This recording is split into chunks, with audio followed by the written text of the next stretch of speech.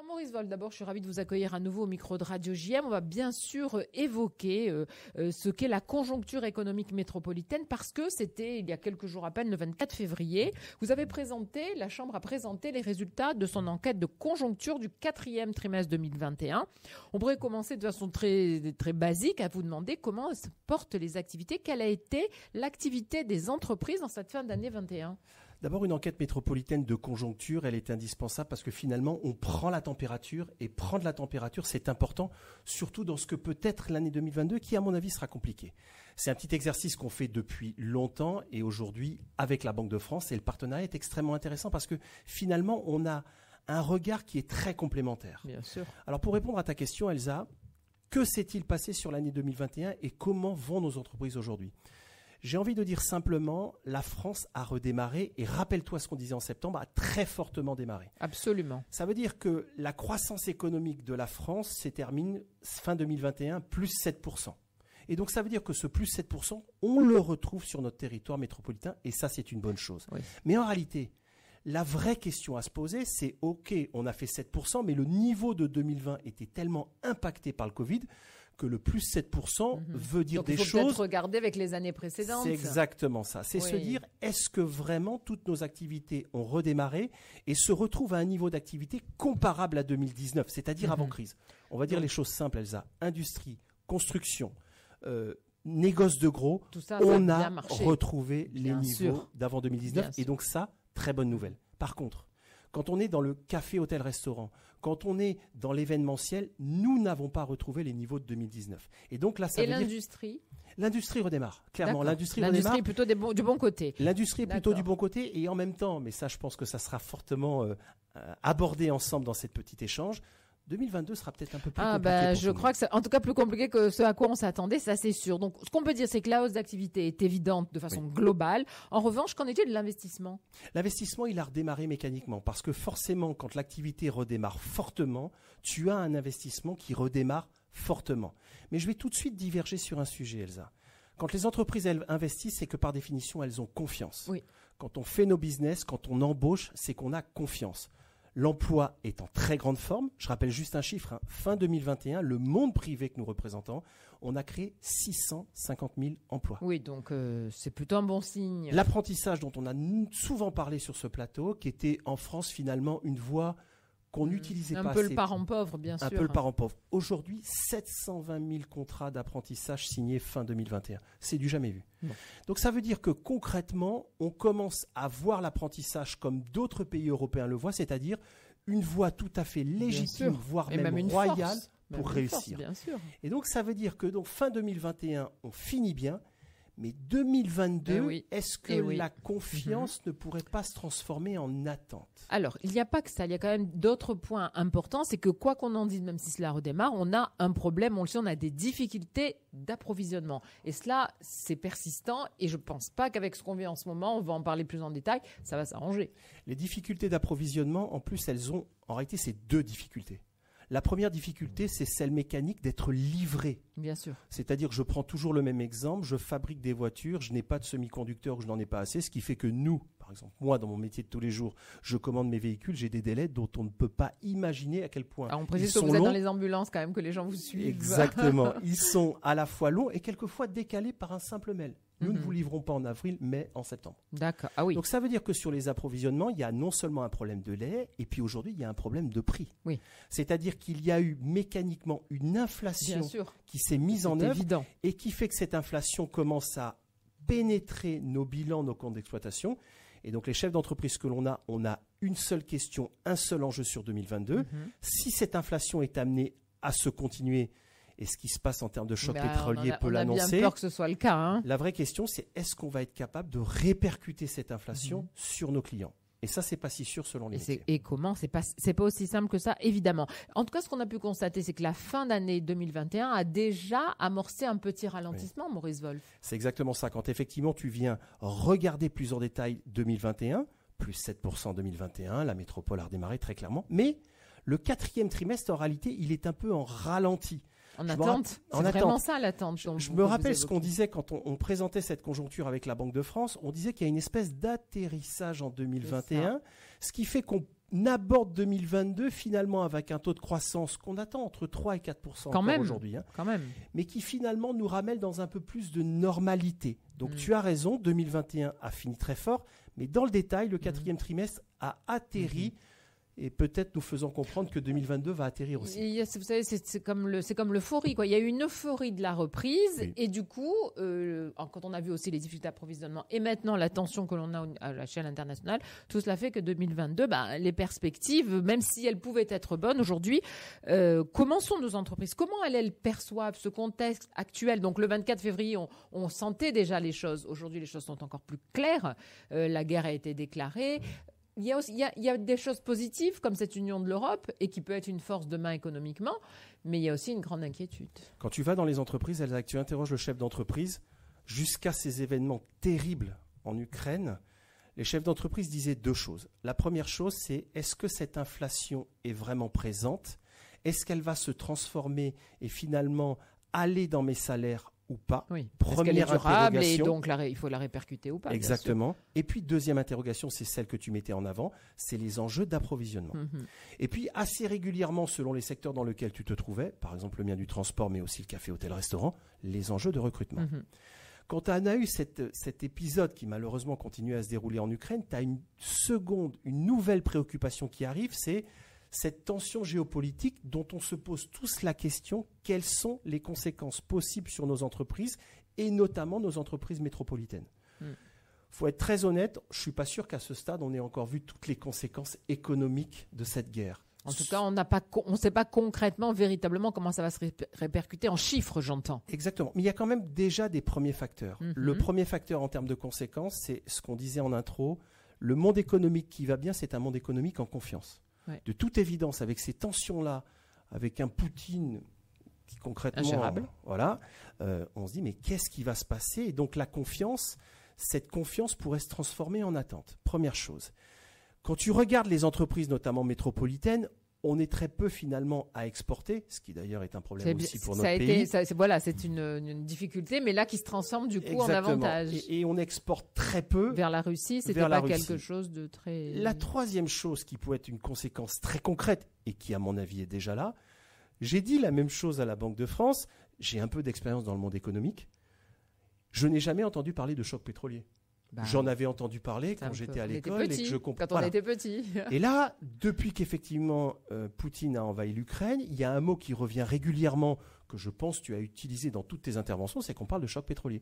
Choc pétrolier, ça veut dire que clairement le pétrole a dépassé les $100. Et si le pétrole dépasse les $100, à la fois les grosses activités qui sont très consommateurs d'énergie sont percutées plein fouet, mais les activités qui, comme nous, utilisent aussi l'énergie pour faire forcément avoir une répercussion également. Mais Bruno Le Maire a été très clair hier lorsqu'il a pris la parole sur le sujet. Il a dit qu'il y aurait, pour les entreprises qui étaient très impactées par l'utilisation justement tout ce qui est pétrole, gaz, mais d'une façon très importante, il y aurait un véritable accompagnement, véritablement une aide de l'État. En revanche, il a bien précisé que ça ne serait pas pour tout le monde. Non, c'est clair. J'ai envie de dire que Bruno Le Maire, et c'est finalement ce qu'il a fait aussi sur les particuliers quand le prix à la pompe a commencé à s'envoler, ils font des mesures coûts humains, je pense qu'on peut s'en féliciter, plutôt que d'arroser ce qui finalement aura peu d'impact, on essaye de cibler. Donc ça, c'est plutôt une bonne chose. Le faire avec les entreprises, c'est une très bonne chose. Si je peux me permettre de réagir et de commenter ce que dit Bruno Le Maire, dans ces tensions géopolitiques, les choses vont très très vite. Ce qui se passe le matin peut être détricoté le soir avec le lendemain des choses encore nouvelles. Donc il faut vraiment que le gouvernement soit non seulement capable de réagir très très vite et d'être très à l'écoute. Quand on fait la conjoncture, c'est ce qu'on disait tout à l'heure, on est sans cesse avec un thermomètre en disant qu'est-ce qui se passe. Il faut vraiment que nos élus, et d'ailleurs nos élus locaux aussi, soient capables de prendre rapidement ce thermomètre, et c'est notre responsabilité aussi de monde économique, de faire passer les messages et de comprendre ce qui se passe. Bien sûr. En disant ça, j'ai écho de ce que disait notre président Jean-Luc Chauvin à l'Assemblée de début de semaine. Il disait clairement, y compris à notre tutelle qui est la préfecture, puisque nous sommes des institutions, on est là aussi pour comprendre très rapidement comment notre monde économique va être impacté par cette crise géopolitique et de tout de suite le dire pour trouver le bon outil, le bon coup humain pour réagir. Après, il y a aussi des bons côtés, c'est ce qu'on disait. L'Europe parle d'une seule voix, n'a jamais été aussi entière et efficace. Des pays qui étaient jusqu'à présent neutres se sont positionnés. Bon, ça augure plutôt des lendemains réconfortants et même du point de vue économique. Ta remarque, elle est très bonne parce que je sais qu'on dit malheureusement régulièrement qu'on a perdu le sens de l'Europe, on ne sait plus à quoi ça sert, et quelquefois, et on le retrouve malheureusement dans certains discours, et quelquefois on est même très caricatural sur l'Europe, alors qu'en réalité c'est notre solution. Et c'est notre solution sur beaucoup de choses. Et d'ailleurs on le voit, hein, quand on est sur ces environnements, sur ces enjeux de green, d'être plus vert, oui. La réponse, elle n'est pas française. Non, elle ne peut pas l'être. La réponse, elle est européenne et même mondiale. Et on voit qu'au niveau de l'Europe, il y a des choses qui sont faites, notamment pour trouver les bonnes réponses. Et là, tu as raison, c'est quand même le côté positif de ce conflit, c'est qu'effectivement, les gens se rendent compte à quel point l'Europe est utile, parce que là aussi, pour faire face à Poutine, un seul pays n'y arrivera pas. Il n'y a pas qu'utilité quelque part, il y a aussi une fierté aujourd'hui. Et c'est il y a bien longtemps qu'on n'avait pas eu cette fierté européenne battre comme ça dans toutes les grandes villes et dans les pays qui composent cette Europe. Et ça, on peut qu'en s'en féliciter. Et on voit des pays qui, jusqu'alors, ne voulaient surtout pas rejoindre l'Europe, faire officiellement des demandes, comme ça a été le cas ce matin avec la Finlande. Et ce sont des choses quand même qui sont à souligner et dont on peut se féliciter. Il faut quand même aussi regarder les côtés positifs. Autre chose qui va forcément impacter aussi, on le sait quand il y a des élections et des échéances importantes dans notre pays, et c'est le cas dans tous les pays à travers le monde, nous avons des élections présidentielles, des élections législatives qui forcément font que les entreprises s'interrogent, Maurice Wolf. Alors surtout que je pourrais commencer ma réponse par un propos simple, et je pense qu'on va se retrouver, et que tout le monde économique va se retrouver. Elsa, on ne parle pas suffisamment d'économie dans cette élection. Je n'ose dire qu'au début, quand les débats ont commencé à être animés, on parlait de trop peu de sujets et qui quelquefois n'étaient pas forcément traités de la bonne façon, je n'ai pas peur de le dire comme ça. Et aujourd'hui, les sujets économiques ne sont pas encore suffisamment au cœur de la campagne. Alors que, comme tu le dis très bien, notamment c'est un moment important pour que le monde économique puisse s'exprimer, fasse état de ce qu'il faudrait faire, et surtout, Elsa, je dis toujours la même chose, et c'est le rôle d'une chambre de commerce, de donner des solutions concrètes qui marchent. Je vais te donner deux choses. Qu'est-ce que dit le monde économique aujourd'hui ? Si nous voulons réussir et notamment être plus prospères économiquement, notamment sur le plan métropolitain, l'industrie jouera un rôle crucial. Moi, je dis toujours la même chose, une industrie forte, c'est une métropole forte, c'est un pays fort. Que disent les industriels, Elsa ? On a toujours le problème de ces impôts de production. Je rappelle, cet impôt de production, on le paye alors que nous n'avons pas déclenché le moindre euro de chiffre d'affaires et encore le moindre euro de marge. Et je dis les choses simplement. En France, les impôts de production pèsent 3 fois plus que la moyenne européenne. Donc on fait quoi, Elsa ? Si à un moment on veut réindustrialiser, relocaliser, se pencher sur ces impôts de production, c'est une bonne chose. Et je dis une dernière chose, Elsa, tu as peut-être remarqué, tous les candidats à la présidentielle prennent le sujet des impôts de production. La vraie question qu'on pose tout de suite, c'est de dire, très bien, donc déjà, on est sensibilisé à ce sujet, c'est très bien. Sauf que, comme on parle en plusieurs dizaines de milliards d'euros, concrètement, on fait comment ? C'est ça, on fait comment ? Parce que si c'est simplement pour faire basculer un impôt d'un côté vers de l'autre, ça ne sera pas la solution. D'accord, mais puisqu'on parlait d'Europe, c'est aussi une façon d'unifier les choses. Il serait temps que les impôts soient européens, dans le sens où ils sont plus ou moins alignés, et non pas se retrouver, comme vous venez de l'évoquer pour les impôts de production, tellement plus élevés par rapport à d'autres pays. Il faudrait peut-être que ce retour à l'Europe soit aussi quelque chose qui nous permette d'avancer sur des sujets tels que celui-ci. Alors, c'est vrai qu'il y a toujours ces deux sujets, la baisse des charges sociales, les impôts de production, mais il y a aussi, et il va falloir, on parlait inflation, il va y avoir aussi le problème d'augmenter les salaires, parce qu'aujourd'hui on a de véritables tensions dans notre société, dans certains secteurs. On fait comment ? Et le soutien à l'embauche, enfin tout cela fait que, vous parlez de la difficulté de recruter, c'est QFD, hein. On a un sujet de pouvoir d'achat, et ce sujet de pouvoir d'achat, en tout cas pour une partie de la population, on le voit dans nos entreprises. On a dans certains métiers, tu disais qu'effectivement j'étais dans le milieu du transport, c'est clair, et j'étais ce matin avec nos fédérations, on a clairement à écrire un choc d'attractivité. Et j'étais avec un député de la Loire, avec qui on faisait part, comme tu le dis très justement, on est en moment d'élection, il faut absolument qu'il nous entende ces sujets-là. Et il nous disait quelque chose de très juste, il nous disait « Mais Maurice, vous avez raison, il y a effectivement un sujet d'attractivité, donc il y a un sujet de salaire, à vous aussi de trouver les bonnes solutions dans vos entreprises. » Ça, je prends le message. Mais il disait aussi, Maurice, il y a aussi un sujet de sens. Je vais parler de votre métier qui est le transport, mais je pourrais aussi parler du café, hôtel, restaurant. On le sait tous autour de la table, ça ne se résoudra pas simplement avec le bulletin de salaire. Je crois que c'est un peu juste. Oui, il y a un sujet de sens, il y a un sujet d'organisation. Et donc, qu'est-ce que nous, entreprises, nous disons à cet élu et aux élus plus globalement ? Oui, vous avez raison, l'enjeu du pouvoir d'achat est un enjeu qu'on va régler dans nos entreprises parce que plus de croissance, une entreprise qui se développe et qui s'investit, comme tu le disais dans la conjoncture, c'est une entreprise qui va pouvoir donner un équivalent supplémentaire en termes de pouvoir d'achat. Sauf qu'il faut faire attention parce que je parlais des impôts de production, tu parlais des charges, j'ai quand même des bottes de plomb qui font que j'ai du mal effectivement à m'écarter et dans certains métiers à créer ce choc d'attractivité. Donc il y a des choses très simples qui pourraient être faites et je sais que nos élus s'y intéressent. On a des enjeux, tu l'as vu dans cette crise de Covid où la prime Macron a commencé à faire des émules. Beaucoup d'entreprises ont donné ces primes Macron. On a des sujets qui reviennent sur des sujets de participation et d'intéressement. Je dis juste une chose, Elsa. Pour donner du sens au travail, bien sûr. Participation et intéressement, c'est uniquement dans les grandes entreprises. Oui, on ne peut pas faire ça. Et ici, on a plus de 90% d'entreprises sont de toutes petites entreprises. On est tous conscients en tant que patron que donner du sens et donner du pouvoir d'achat, c'est la clé de cette attractivité. Mais on fait comment dans les petites entreprises ? Mais on le fait comment ?